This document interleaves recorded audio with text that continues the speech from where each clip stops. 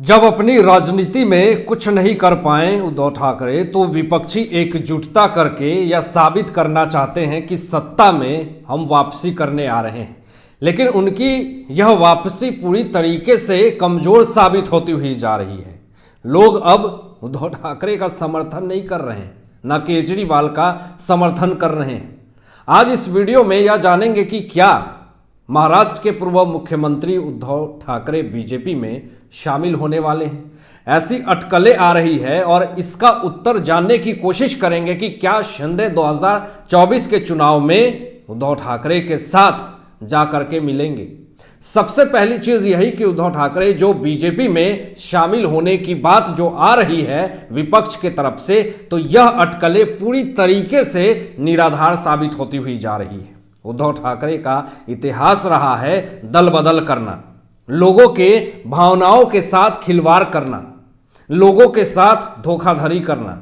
तो इनके पुराने इतिहास रहे हैं उद्धव ठाकरे के, ये आप लोग भी जानते हैं। अगर कभी भी यह बीजेपी में शामिल होने के लिए सोचेंगे भी तो बीजेपी इनको खुद में शामिल नहीं करेगी, अपनी पार्टी में शामिल नहीं करेगी। और यह किस मुंह से बीजेपी में शामिल होने की बात कह रहे हैं। ऐसी अटकलें जो लगाई जा रही है ये बिल्कुल ही गलत है। 2019 में किस तरीके से देवेंद्र फडणवीस के साथ धोखा दिया था ये पूरी दुनिया जानती है। उद्धव ठाकरे किस तरीके से धोखाधड़ी किए थे देवेंद्र फडणवीस जी के सम्मानों के साथ, और किस तरीके से उद्धव ठाकरे ने एनसीपी और कांग्रेस से जाकर के हाथ मिला लिया था।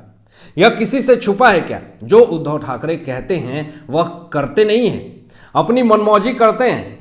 जब यह सत्ता में रहते हैं तो कोई भी पार्टी चाहेगी कि मैं अपनी छवि हमेशा अच्छा बना करके रहूं, लेकिन उद्धव ठाकरे ने जो अपनी छवि बनाई है वो बहुत ही नकारात्मक है। और ऐसी स्थिति में हमें नहीं लगता कि उद्धव ठाकरे बीजेपी में शामिल होने के कोई आसार दिख रहे हैं। भले ठाकरे चाहते हो कि बीजेपी में शामिल होकर के मैं सत्ता में कहीं कुछ जगह मिल जाए, लेकिन ऐसा नहीं लगता है। बीजेपी ही नहीं चाहेगी कि उद्धव ठाकरे को अपने पार्टी में शामिल करे।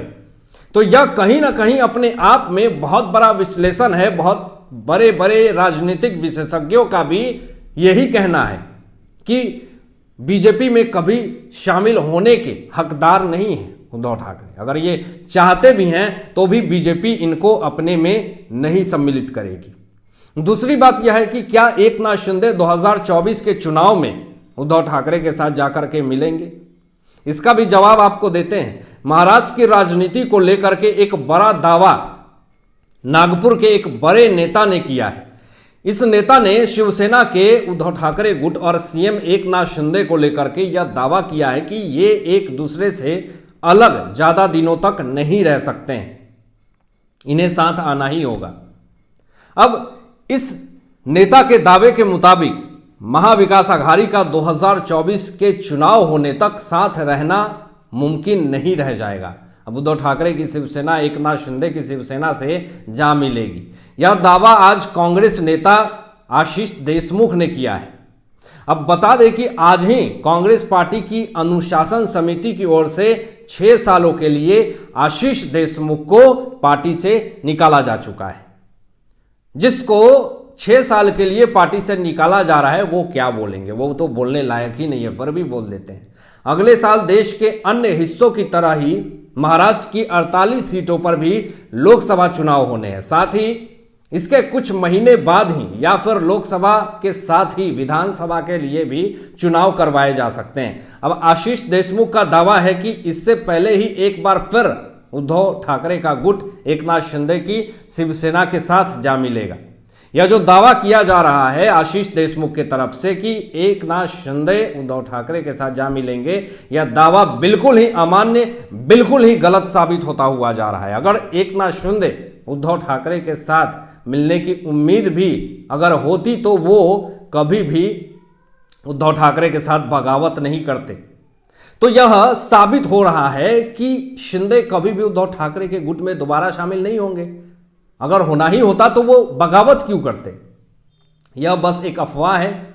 लेकिन जो चारों तरफ चर्चाएं चल रही है कि अरविंद केजरीवाल ममता बनर्जी से मुलाकात की है, फिर उद्धव ठाकरे से मुलाकात की है, फिर शरद पवार से भी मुलाकात की है।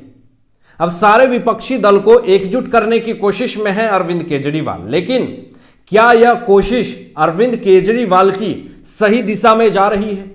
क्या केजरीवाल यह जो कोशिश कर रहे हैं देश को तोड़ने के लिए, क्या उसमें सफल हो पाएंगे? सारे विपक्षी, सारे असफल नेता एक साथ मिलकर के भ्रष्टता को आगे बढ़ाने के लिए एकजुट होने की कोशिश कर रहे हैं, लेकिन इससे क्या फायदा मिलेगा उनको?